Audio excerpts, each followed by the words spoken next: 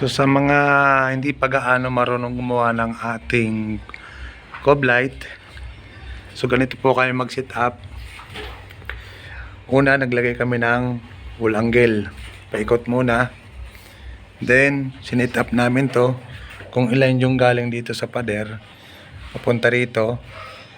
Depende na lang sa inyo kung gaano kalaki, kung ano yung lapad at saka yung haba ng ating cob. Ngayon,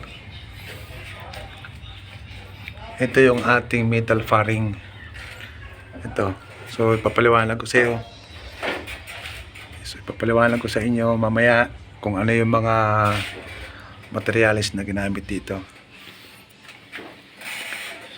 Bale, ang cob light pala na aming ginawa, galing dito sa kanto na to.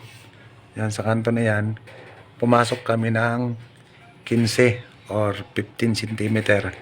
Ngayon, ito naman, tinaas naman namin to ng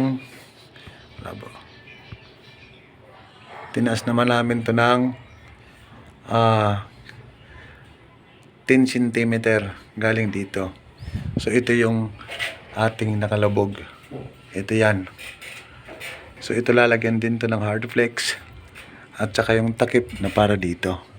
So makikita nyo mamaya kung paano yan, kung ano yung magiging itsura. So nilagyan muna namin ng aming carrying channel. Ayan, may mga carrying channel yan para doon sa sukat na ito 15 cm. Lahat yan galing dito, 15 cm yung pinasok niyan. At yung galing dito sa wall, kumuha ako ng 60. Galing dito sa wall at ito ay 40. Kasi hindi naman masyadong square yung ating nilagyan ng cob light, kaya ayan yung itsura niyan. So makikita niya yung magiging finish niyan mamaya pag aming natapos na. Ito yung aming mga support. Naglagay kami ng support dyan para dito sa wall angle. Ayan guys.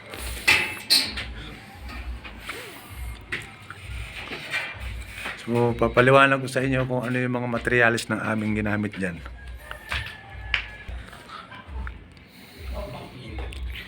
Ang mga materials pala guys na ginagamit namin sa aming pagkikisame. So nag-order ako ng 1/8 by 3/4 na blind rivet at saka 1/8 by 1/2. Ito kasi guys na 1/8 by 3/4 ginagamit yan sa wall. Ito yung ginagamit namin, 3/4. At yung 1/2 naman, yun ang ginagamit sa aming metal paring. Ayun, yung mga maiksi, para doon lang yan. Itong 3/4, sa wall lang ginagamit ko to. So ito pala ang tawag dito, W clip. Ito yung ating metal fairing. At ito yung wall angle. At ito yung carrying channel. Saka gunting paring ang tawag ko dito guys. At saka riveter. Ito yung mga gagamitin natin sa ating pagkikisame. At saka yung talim na drill, 1/8 din yung sukat nito. Parehas nung ating blind rivet. At ito yung ating pangbato, drill bit cement o drill bit concrete. Yan, ito drill bit metal. So yun guys yung ating ginagamit sa ating pagkikisame. Ito pala yung ating blind rivet na 3/4. So sa wall ko to ginagamit. Ito naman yung ating 1/2. Yung 1/2 mas maiksi. Ayan yan guys. Yan. Yan guys yung ating ginagamit sa ating pagkikisame.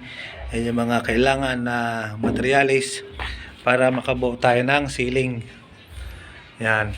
Siyempre, meron din tayong barena na ginagamit. Kailangan din yan. Metro, siyempre. At saka level bar. So importante guys, pag nakikisame, lagi tayong mayroong tansi para hindi siya lundo. Ayan. Ayan guys. So sana mayroon kayong natutunan. At huwag niyong kalimutan mag-subscribe sa aking YouTube channel. Maraming salamat guys.